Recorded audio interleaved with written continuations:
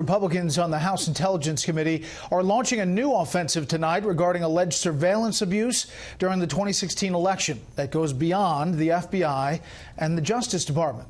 Chief Intelligence Correspondent Catherine Herridge has the latest tonight. With this letter to current and former intelligence, law enforcement, and State Department officials, the Republican chairman of the House Intelligence Committee launched Phase 2 of the committee's Trump dossier investigation.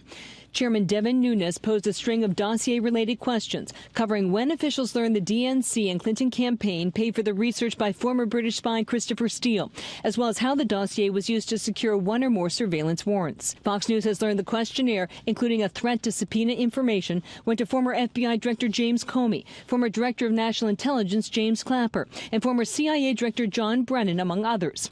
The Republican staff memo released earlier this month said the FBI and Justice Department knew about the dossier's Democratic roots when it asked the National Security Court 18 days before the 2016 election to collect Trump campaign aide Carter Page's communications.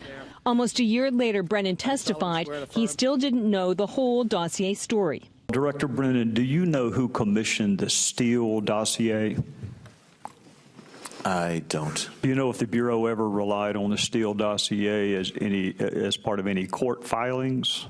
Applications, petitions, pleadings? I have no awareness. In a separate development, London lawyer Alex van der Zwaan entered a Washington, D.C. federal court and pled guilty to lying to special counsel investigators. Van der Zwaan, whose father-in-law is a Russian oligarch suing over the Trump dossier, lied about his communications 2 months before the presidential election with Rick Gates.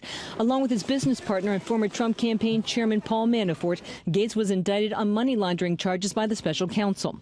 A White House spokesman said the lawyer's guilty plea is many steps removed from the special counsel's collusion mandate.